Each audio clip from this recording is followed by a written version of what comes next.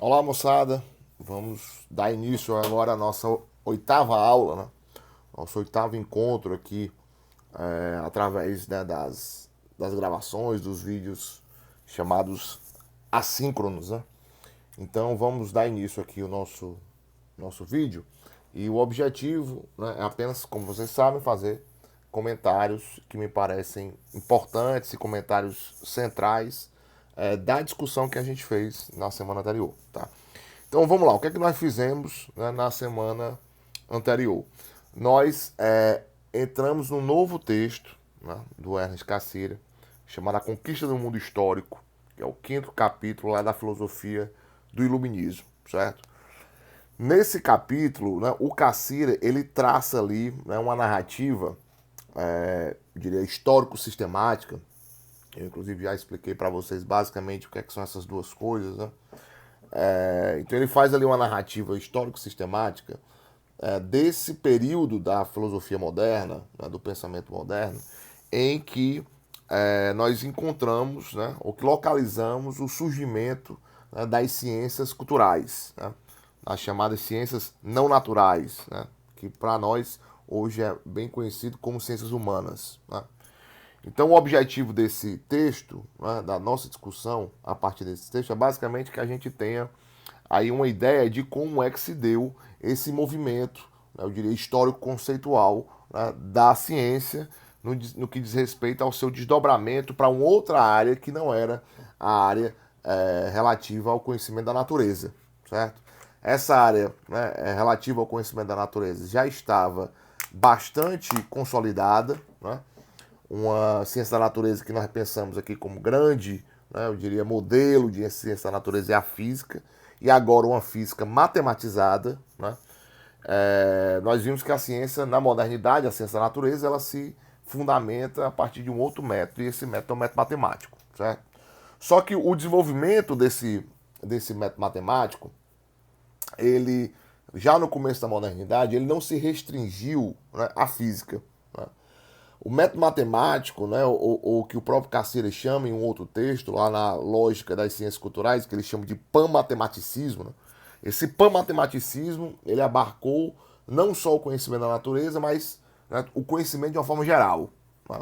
Você já havia ali, né, naquela época, sobretudo no século XVII, né, uma influência muito grande do método matemático em todas, eu diria, as esferas do conhecimento, né? Tanto na física como na biologia, como na política, né? Até nessas áreas que a gente hoje claramente sabe que não são áreas matematizadas, mas essas áreas, de alguma forma, né, foram reorganizadas no interior de uma concepção matemática. A própria filosofia também. Né? A filosofia, se você pegar, talvez um dos grandes exemplos disso é a ética de Spinoza, por exemplo, onde ele fala ali no subtítulo da sua obra, né, que é a ética, né, ao modo dos geômetros. Né?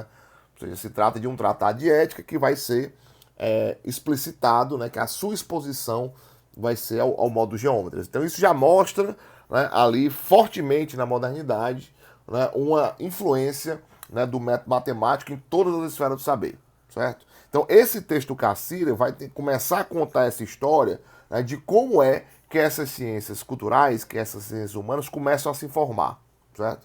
E elas se formam, né, como uma resistência, né, como uma forma de resistência a esse método matemático, certo? Ou seja, foi exatamente, né, autores como Pierre Bayle, né, como Voltaire, né, como Montesquieu, né, todos esses autores, né, todos esses grandes pensadores, por Cassirer, deram a sua contribuição na formação disso que nós chamamos de método histórico.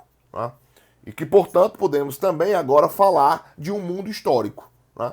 Nós não podemos nos limitar apenas ao mundo da natureza, né? Ou a entender o mundo como a natureza. A natureza, eu diria, tanto orgânica quanto inorgânica. Né? Mas agora se abre aí um novo mundo, e esse novo mundo vai ser, diria, dado conta. Né? Nós vamos fazer ciência sobre esse novo mundo a partir de um novo método, e esse método é o que ele chama de método histórico. Tá?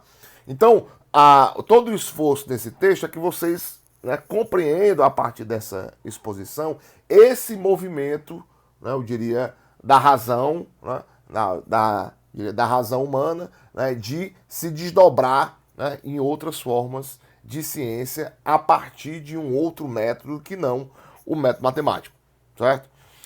Antes de nós entrarmos especificamente nesse texto, vocês devem lembrar que a gente fez também uma exposição muito breve, né, sobre um outro texto Cassirer, de 1927, que é O Indivíduo e o Cosmos na Filosofia do Renascimento, certo? E o objetivo desse texto, né, da minha breve apresentação a partir desse texto, foi apenas para reconstruir, né, o que a gente pode chamar ali do início da modernidade, certo? Ou seja, a modernidade do ponto de vista, né, das suas tarefas teóricas e especulativas, né, estava já de alguma forma concentrada, né, ali no Renascimento, certo? E aí eu retomei um pouco daquilo que o Cassirer chama da nova orientação cusana, né, relativa a Nicolau de Cusa, que se constituiu ali pela época do 400.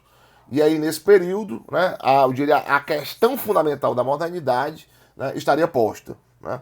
E essa questão fundamental era exatamente como é que é possível construir uma cosmovisão, ou seja, uma visão unificada, né, desses conhecimentos que são tão diversos, né? Que o Nicolau de Cusa, inclusive, já dividia esses dois ramos que hoje nós entendemos como conhecimento da natureza, né, ou conhecimento da cultura, ou conhecimento do espírito.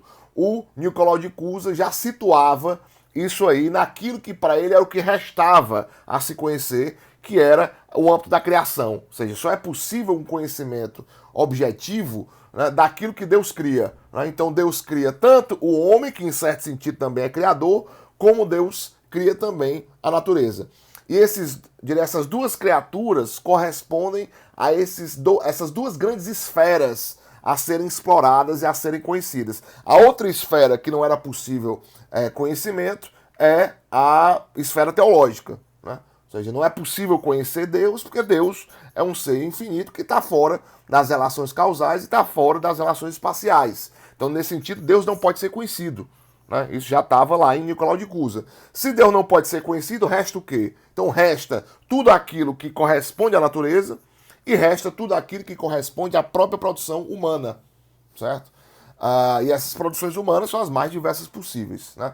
Em outras palavras, eu geralmente identifico isso como o âmbito da necessidade, né, que é o âmbito da natureza, ou seja, como conhecer essa natureza que parece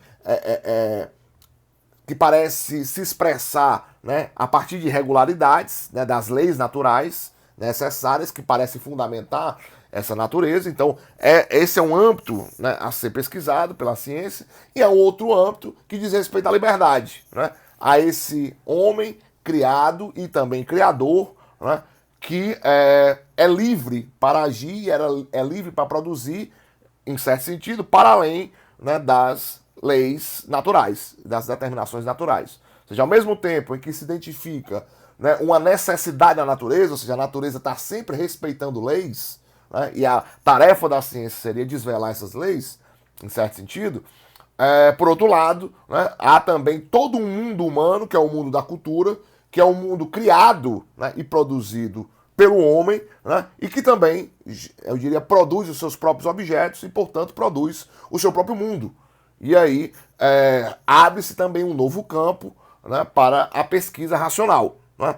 Só que quando a modernidade se inicia, aí fiz essa apresentação lá com o texto de 1927 e voltamos para o nosso texto da filosofia do iluminismo, certo? Então, né, quando a modernidade se inicia, né, ela já teria clareza desses dois âmbitos, né, só que o método matemático ainda era o método imperante, né? Então se trata de dar conta, ou se trataria, né, de dar conta no começo da modernidade, dessas duas dimensões do conhecimento a partir de um único método, que é o método matemático. E aí o que o Cassirer vai tentar mostrar na filosofia do iluminismo é que por dentro, né, dessa iniciativa, né, da humanidade de dar conta de todas as esferas a partir do método matemático, começa a se construir um novo método, que é o que ele chama de método histórico, certo? Então, basicamente, esse texto vai ser para que a gente tenha a oportunidade, né, e vocês tenham a oportunidade de ler aí com mais calma e mais profundidade, que vocês compreendam como é que, do ponto de vista da organização metodológica dessas novas ciências, como é que elas se construíram de maneira insurgente frente ao método matemático, ok? Então, a gente se encontra logo mais na aula 9. Um grande abraço.